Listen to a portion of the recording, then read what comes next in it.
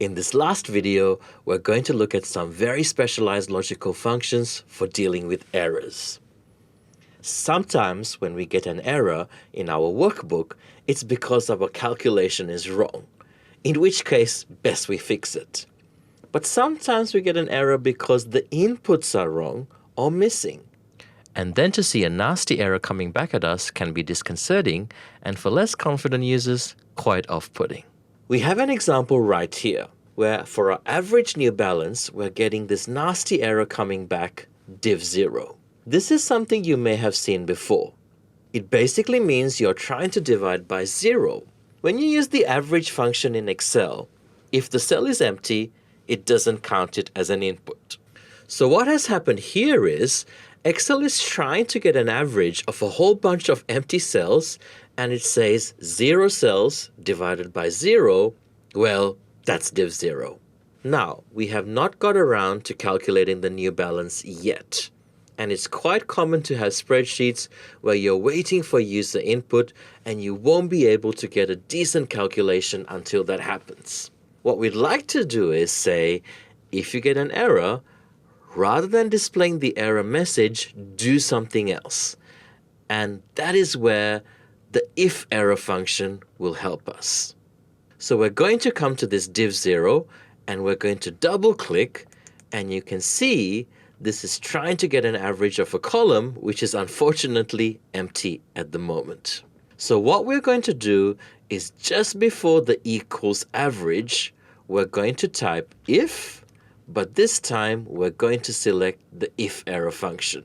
Now what the IFERROR function does is the first argument is going to be your calculation. If that calculation does not return an error, you get the answer the calculation returns. However, I'm going to type a comma at the end to get ready for the second argument. If it does return an error, you can specify an alternative value to go into that cell. And we would actually like to just leave it blank. So I'm just going to type my open double quotes, close double quotes, and close my brackets.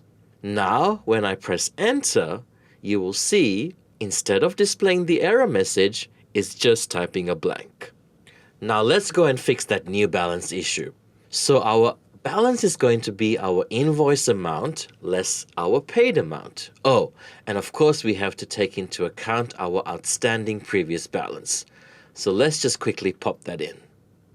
So it's going to be equal to our previous balance plus our invoice amount less our paid amount. And when you're done, click enter. And you can now see the average new balance comes back as 0. And if I drag this down, just for the first few people, it is now getting me an average new balance. So where there is an error, the IFERROR will make it blank. Where there isn't, you'll get the answer. Now, let's continue copying that formula down, and oh dear, it's gone blank. Again, because we have more errors. But this error is a slightly different one. The hash NA actually stands for not applicable, and I should quickly explain why we're getting this. The way this is working, we are getting an upload file from the bank saying which payments have come through from our parents.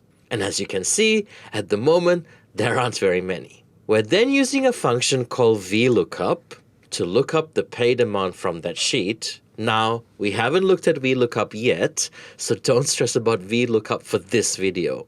This is just a little teaser for something you can look forward to later on in this course. But the way the VLOOKUP works is, if it does not find the thing it's looking for, it returns hash NA. Now, we could use an IFERROR here as well, but there's actually something more specific. And you may have seen it when we did this earlier. Between my equals and my VLOOKUP, I'm going to start by typing my if.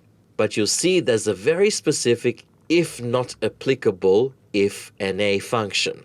Now, this is a good choice because NA is not really an error. And we may find that some of these functions actually return a genuine error, and we want to see that error message. What we want to do is say, if you don't find the value you're looking for, just make it 0, because they obviously have not paid yet.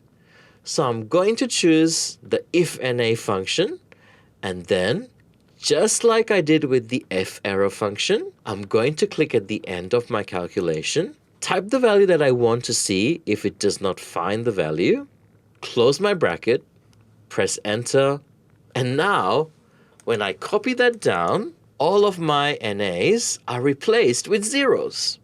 My new balance is now corrected. And my total paid has been fixed. We have not made any errors go away because these were not actually any errors. It was simply that we did not have the data so that these functions could perform their jobs properly. By using the IFERROR function and the IFNA function, we can actually make our workbooks handle these problems that are not, in fact, errors. So our workbooks look attractive and easier to work with. When we start working with the VLOOKUP function in later workbooks, you'll know exactly how to stop it returning that ugly error. Now, don't forget to try the practice challenge, which will help you bring all of these skills together.